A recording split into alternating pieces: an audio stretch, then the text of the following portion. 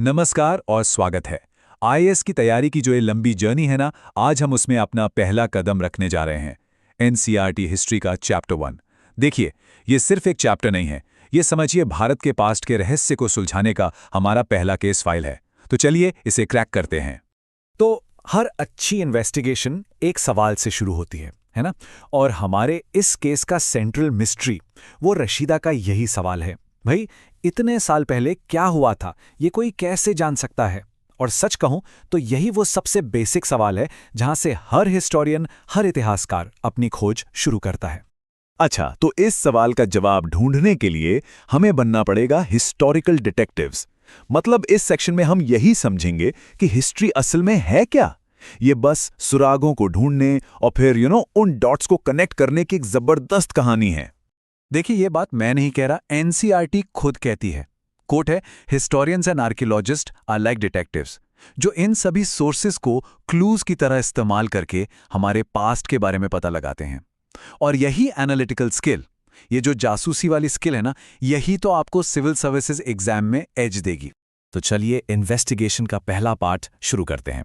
सबसे पहले क्या करते हैं, सीन ऑफ द क्राइम को समझते हैं। मतलब उस जगह को समझना जहां ये सब कुछ हुआ, यानी कि इस सबकॉन्टिनेंट की ज्योग्राफी, जहां हमारे इतिहास ने, हमारी कहानी ने जन्म लिया। ओके, तो हमारा पहला सुराग हमें मिलता है नर्मदा नदी के पास। सोचिए, लाखों साल पहले लोग यही नदी के किनारे रहते थे। उन्हें कहा गया है स्किल्ड गैदरर्स। अब इसका मतलब क्या हुआ? मतलब ये कि उन्हें अपने आसपास के जंगलों की जबरदस्त नॉलेज थी। वो जानते थे कि कौन से फल खाने हैं, कौन सी जड़ें काम की हैं। बेसिकली वो अपने सर्वाइवल के लिए एक्सपर्ट थे। अब मैप पर जरा नॉर्थ वेस्ट की तरफ चलिए। सुलेमान और किरथर की पहाड़ियां। यहां क्या हुआ? लगभग 8000 साल पहले इंसानों ने पहली बार गेहूं और जौ जैसी फसलें उगाना शुरू किया। यहीं से फार्मिंग और एनिमल रियरिंग की शुरुआत हुई।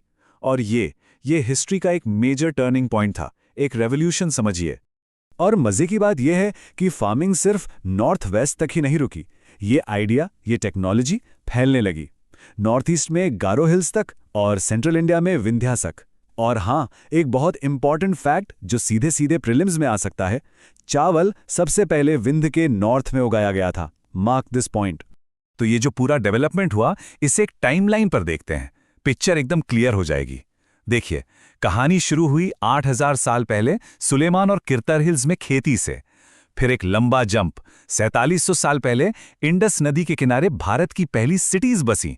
और फिर एक और बड़ा शिफ्ट, 2500 साल पहले, जब गंगा नदी के किनारे मगध जैसे बड़े बड़े शहर और पावरफुल महाजनपद डेवलप हुए। देखिए कैसे धीरे धीरे सिविलाइजेशन आगे बढ़ रही है। ओके, तो अब तक हमने कहां का जवाब ढूंढा। अब अपनी इन्वेस्टिगेशन के नेक्स्ट फेज में चलते हैं। अब हम देखेंगे उन फिजिकल एविडेंसेस को, उन सुरागों को जो पुराने लोग पीछे छोड़ गए। हिस्टोरियंस की भाषा में इन्हें सोर्सेस कहते हैं। अब दो बहुत इंपॉर्टेंट तरह के सोर्सेस हैं, मैन्यूस्क्रिप्ट और इंस्क्रिप्शन। इनका डिफरेंस समझना एग्जाम के लिए क्रूशियल है। मैन्यूस्क्रिप्ट मतलब पांडुलिपि, हाथ से लिखी जाती थी, वो भी ताड़ के पत्ते या पेड़ की छाल पर। जाहिर है ये बहुत फ्राजाइल होती थी, कीड़े खा जाते थे, खराब हो जाती थी। दूसरी तरफ है इंस्क्रिप्शंस यानी शिलालेख। ये पत्थर या मेटल जैसी हार्ड सरफेस पे खोदे जाते थे, तो ये टिक गए, सर्वाइव कर गए। और इनसे हमें ज्यादातर राजाओं के ऑर्डर्स या उनकी जीत की कहानियां मिलती हैं। और ये देखिए, इस इमेज से ये कंपैरिजन एकदम क्रिस्टल क्लियर हो जाएगा। एक तरफ ये फ्राजाइल सी दिखने वाली ताड़ के पत्ते की मैन्यूस्क्रिप्ट और दूसरी तरफ सम्राट अशोक का ये सॉलिड पत्थर का इंस्क्रिप्शन। आप खुद देखकर अंदाजा लगा सकते हैं कि हजारों साल बाद कौन बचेगा और कौन नहीं। अच्छा, मैन्यूस्क्रिप्ट्स और इंस्क्रिप्शंस तो रिटन रिकॉर्ड्स हो गए, पर उन लोगों का क्या जिन्होंने कुछ लिखा ही नहीं? उनकी कहानी हमें बताती है आर्कियोलॉजी। आर्कियोलॉजिस्ट जमीन की खुदाई करके पुरानी चीजें निकालते हैं, जैसे टूल्स, हथियार, बर्तन, सिक्के, पुरानी इमारतों के रूइंस। और इन चीजों से वो आम लोगों की लाइफ को पीस बाय पीस जोड़ते हैं। चलिए अब एक और मजेदार क्लू की तरफ बढ़ते हैं। एक ऐसा सुराग जो हमारी आंखों के बिल्कुल सामने है, हमारे देश का नाम, इंडिया और भारत। तो ये दो नाम आए कहां से? Let's break it down. Step 1, India शब्द आया इंडस नदी से, जिसे संस्कृत में सिंधु कहते हैं। स्टेप 2, करीब 2500 साल पहले नॉर्थ वेस्ट से आए ईरानियंस और ग्रीक्स। वो स को ह या ई बोलते थे, तो सिंधु बन गया हिंदोस या इंडोस, और नदी के ईस्ट का पूरा इलाका कहलाया इंडिया। सिंपल। अब आते हैं भारत पर। स्टेप 3, भारत नाम नॉर्थ वेस्ट में रहने वाले लोगों के एक ग्रुप के लिए यूज होता था। इसका जिक्र हमें मिलता है ऋग्वेद में, जो कि करीब 3500 साल पुराना है। एंड स्टेप 4, बाद में यही नाम पूरे देश के लिए यूज होने लगा। हिस्ट्री में डेट्स को लेकर अक्सर कंफ्यूजन होता है, स्पेशली जब आप शुरू कर रहे हो। ये BC, AD, BCE, CE क्या चक्कर है ये? चलिए इस गुत्थी को फटाफट सुलझाते हैं। ये टाइमलाइन देखिए, सब समझ आ जाएगा। बेसिकली दुनिया भर में डेट्स के लिए एक रेफरेंस पॉइंट मान लिया गया जीसस क्राइस्ट का जन्म। तो उनके जन्म से पहले के जो भी साल हैं वो कहलाते हैं BC यानी बिफोर क्राइस्ट, और उनके जन्म के बाद के साल हैं AD यानी एनो डोमिनी। तो BC में हम पीछे की तरफ काउंट करते हैं और AD में आगे की तरफ। Simple is that. और कंफ्यूजन को पूरी तरह खत्म करने के लिए ये टेबल देख लीजिए। BC मतलब बिफोर क्राइस्ट, AD मतलब एनो डोमिनी, जिसका लैटिन में मतलब होता है in the year of the Lord.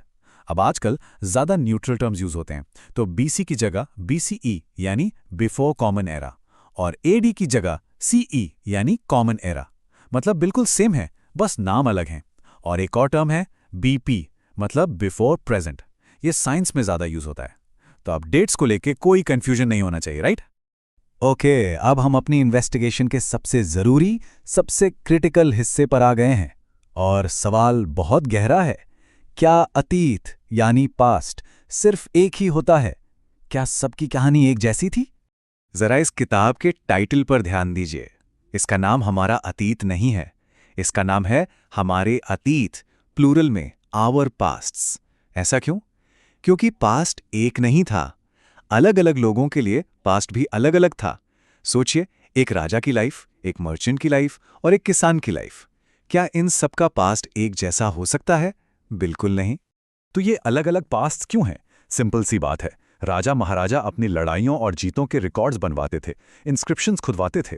उनके पास पावर थी, रिसोर्सेस थे, लेकिन एक आम इंसान, एक हंटर, एक फार्मर, एक आर्टिसन, वो ये सब नहीं करते थे। आर्कियोलॉजी हमें उनकी लाइफ के बारे में कुछ क्लूज तो जरूर देती है, पर उनकी पूरी कहानी वो कहीं खो गई है।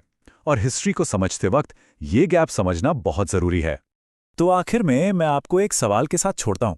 अगर ज्यादातर हिस्टोरिकल रिकॉर्ड्स हमें सिर्फ राजाओं और अमीरों की कहानी बताते हैं, तो फिर आम इंसान की, द कॉमन पर्सन की कहानियों को हम कैसे ढूंढें, कैसे लिखें? ये वो सवाल है जो एक IAS एस्पिरेंट को सोर्सेज के बायस और हिस्ट्री की ट्रू नेचर के बारे में सोचने पर मजबूर करता है। मेंस में आंसर राइटिंग के लिए ये पर्सपेक्टिव बहुत जरूरी है। इस पर सोचिएगा जरूर।